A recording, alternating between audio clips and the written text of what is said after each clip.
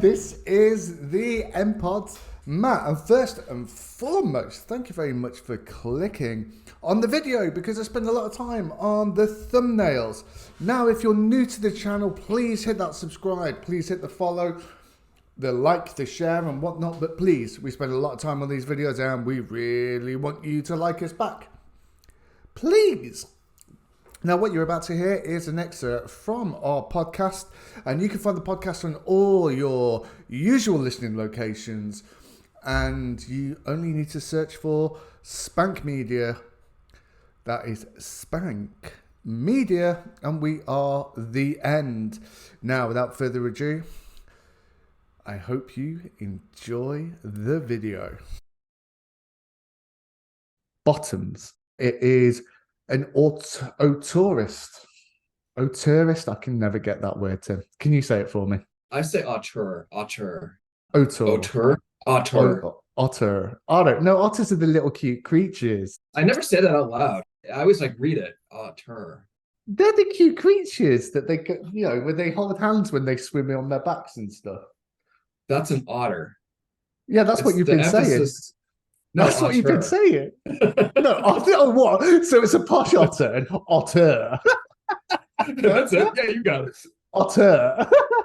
It's like at some point in the last 5 years, I'm pretty sure this hasn't always been the case, but New York has become New York, like New York. Everybody's saying it, and I don't understand how it happens.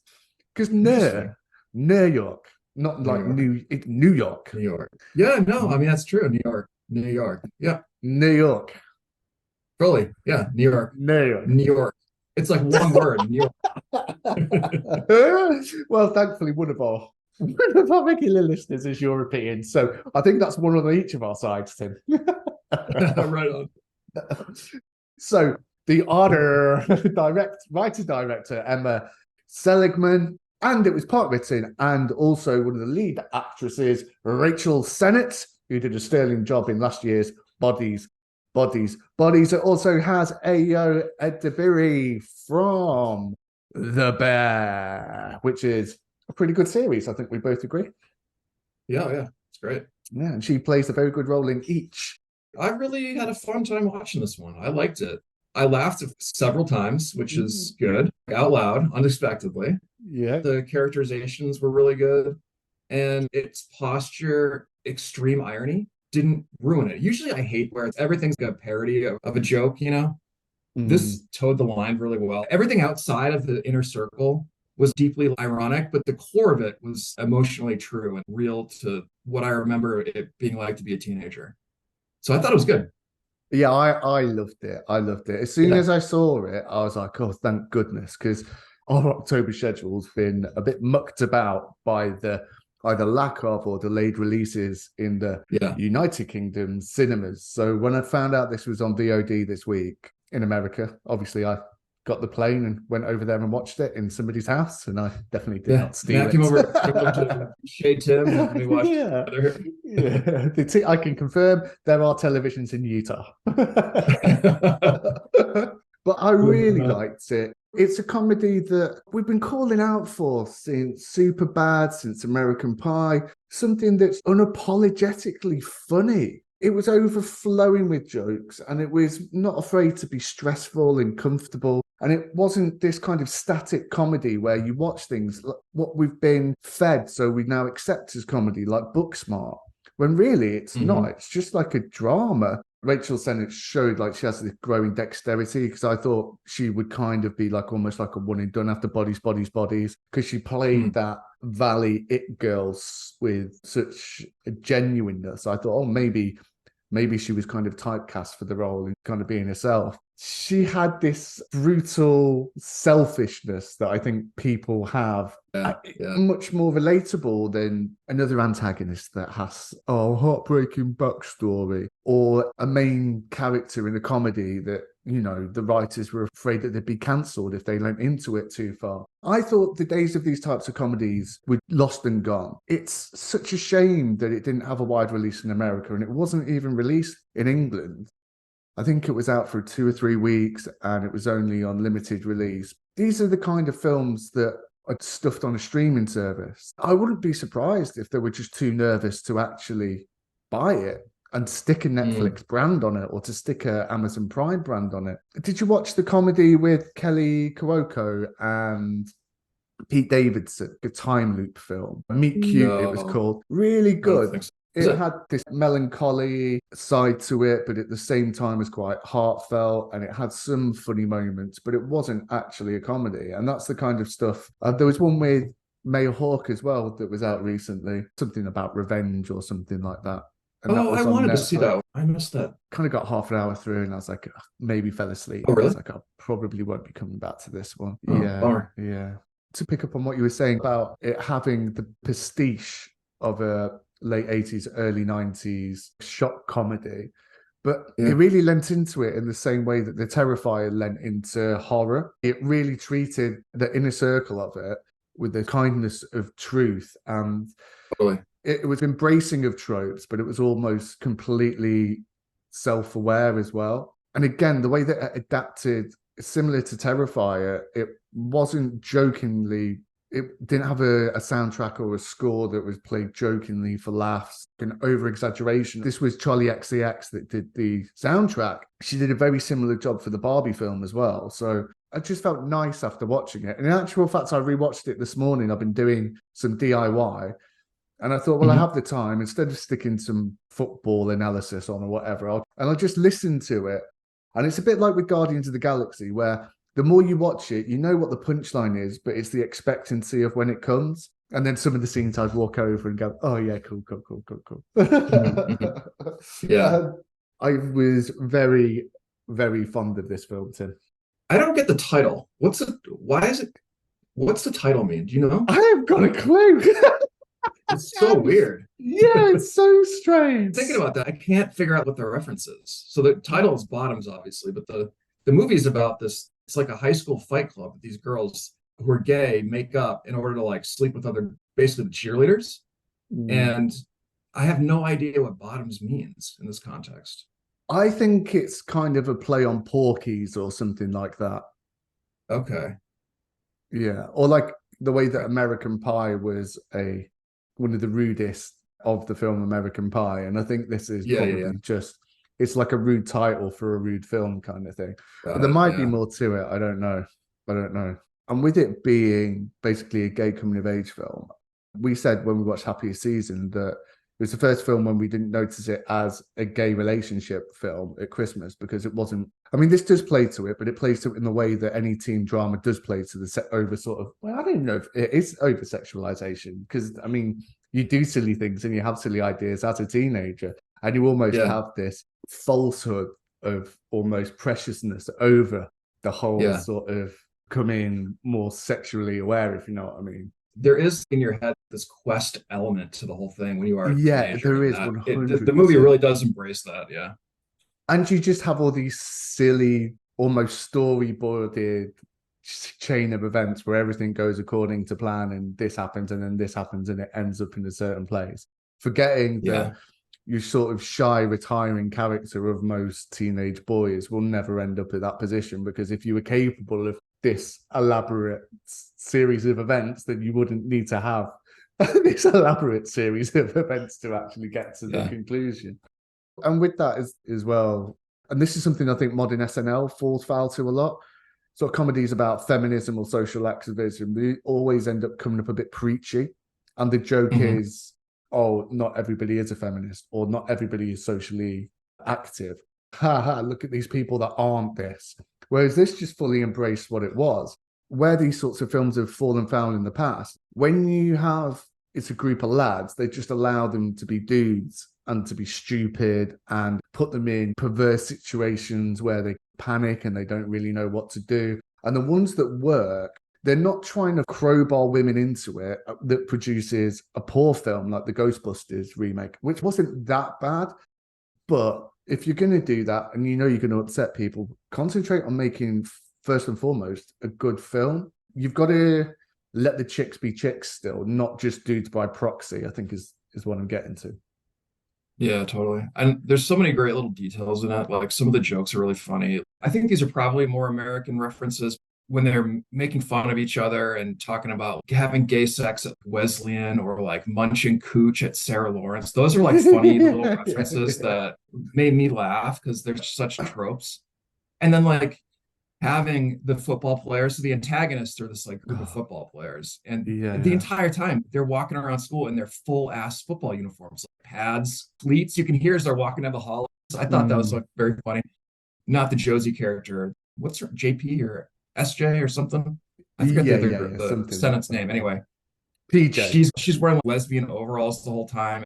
These little details that are so funny, Oh, I yeah, thought yeah, were yeah, yeah, like yeah. tremendous, just like tremendous. So I thought it was just a lot of fun. It walks that line of absurdist for everything outside of the essential characters, but it treats it with a belief and a sort of matter of factness. Yeah, like they're firebombing like shit. Like so that stuff is just like so off the wall, but there is that core of truth to it that is really tempers that absurdity with this emotional core, which is just I thought great. I thought it like worked both ways. And like you said, there's so many genuinely funny lines or comebacks. Because as you said, they start this fight club and it's built on a misunderstanding that's not corrected. That one of the girls has I don't know, like she's hurt her arm and it looks like it might be broken. And one Yeah, of the characters was kind of like, oh, how did you do it? Was it in a fight? Did you end up in juvie? And she was like, no, we did not. She goes, I can't believe you're in juvie. So yeah. this kind of lie spirals out of control.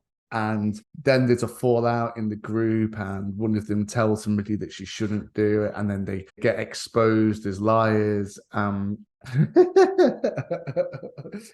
there's this one scene where, and they have to get one of the teachers on board, right? He's so funny. He is. Do you know he was an ex-NFL player? Oh yeah, he's like a famous NFL player. Oh, is he really?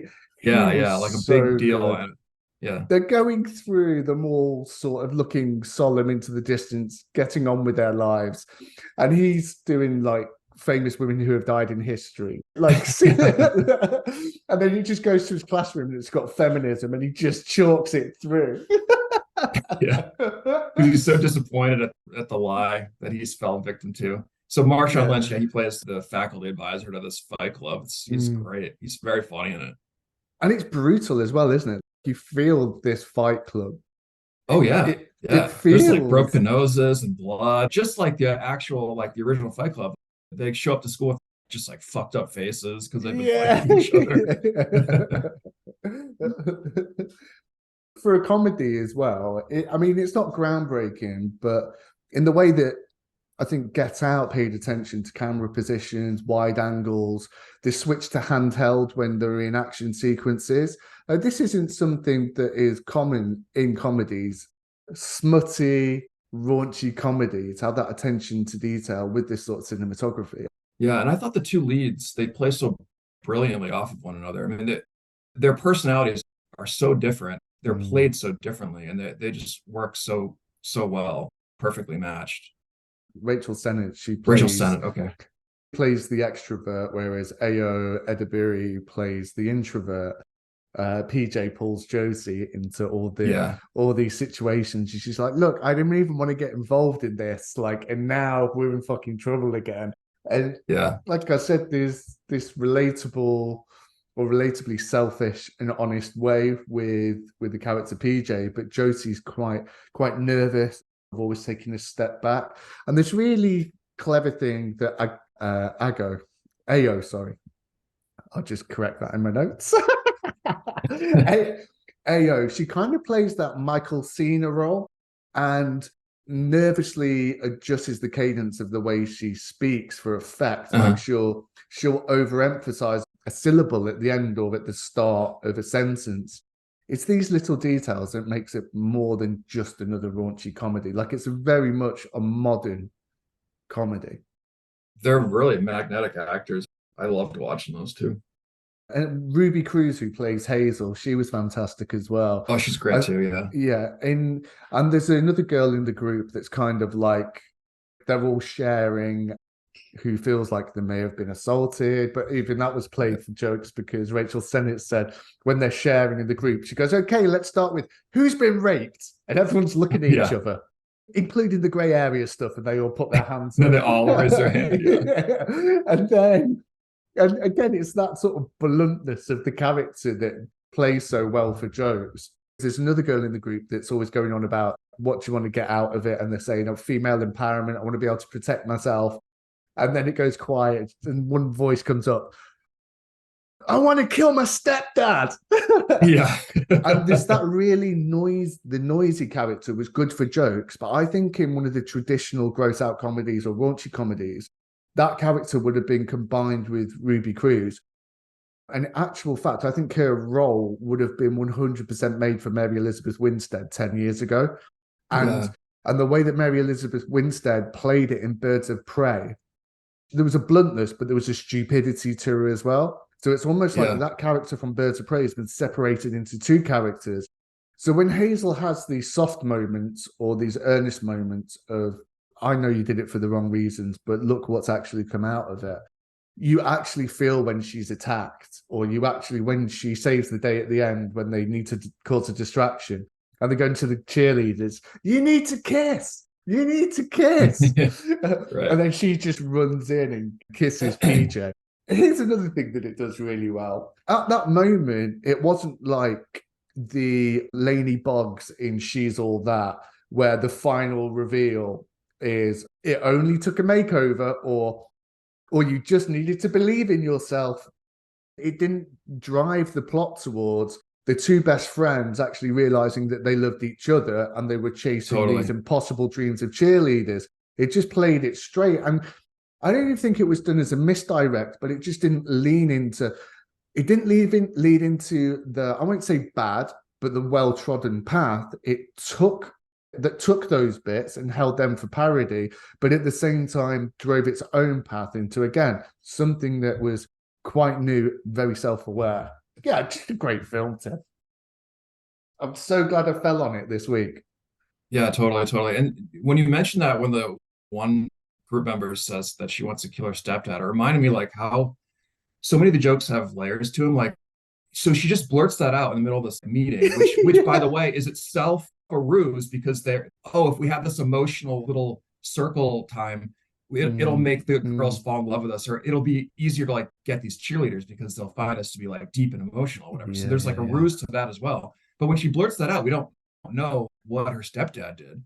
We're thinking like he did something horrible, but in fact, the only thing he does is he wants to spend time with his fucking stepdaughter, and now she wants to kill him because of it. Yeah, So Friday movie. So he's always banging on about these Friday movie nights. Like leave it alone, John, or something like that. And then that was so funny. I thought. And then she says, "Oh, what about What about the grey area stuff?" And they'll put their hands up, and then it's the comic timing of it. It's that little pause, and she goes, "Well, you all know about my stepdad." Yeah. The poor bloke. So they play that's like a running joke, and we finally get the reveal that, oh no, he's just like want to spend time with her. I thought it was funny. There's loads of clever stuff like that when the football players and they're all on the pitch for like, what's it called, like a rally or a cheer or something like that. Yeah, it's like a pep rally. A pep rally, and they expose them as frauds and the dishonesty of the group that they've set up.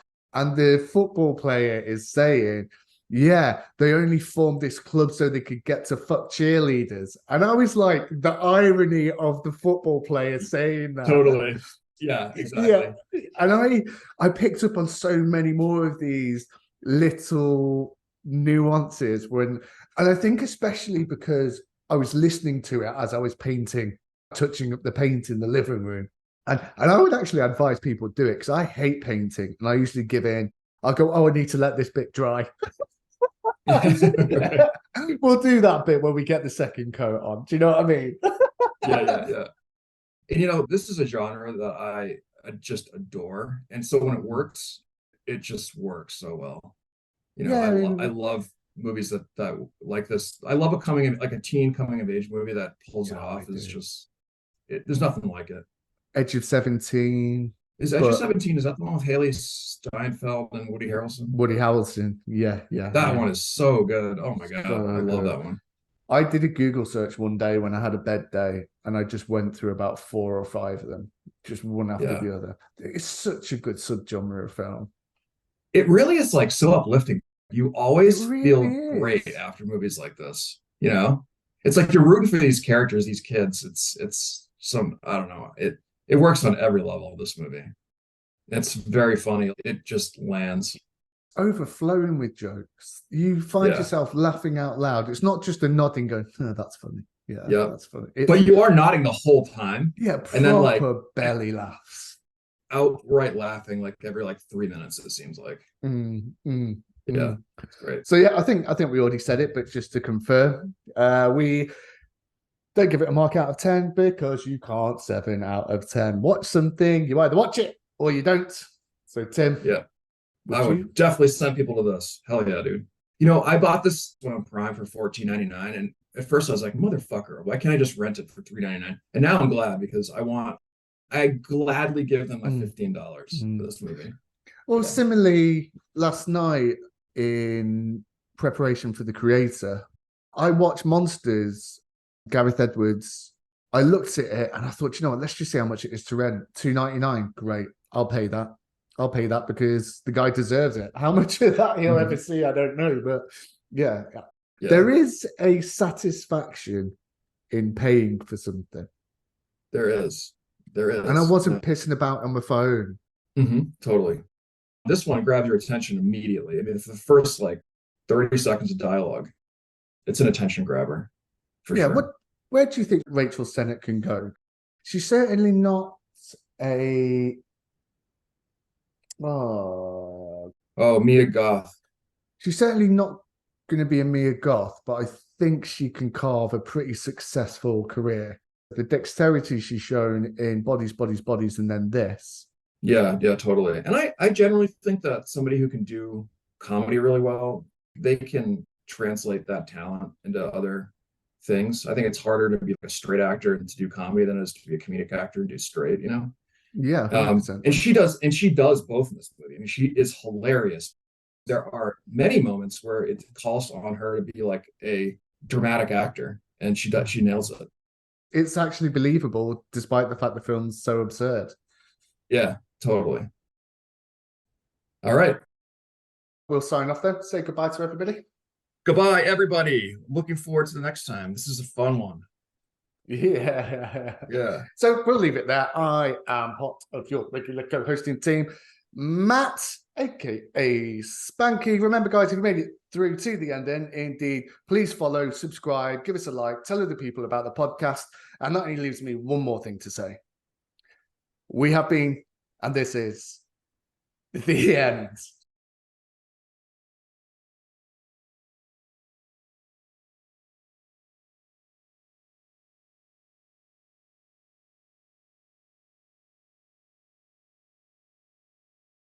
Yep, yep, yep, yep. Yep, yep, yep.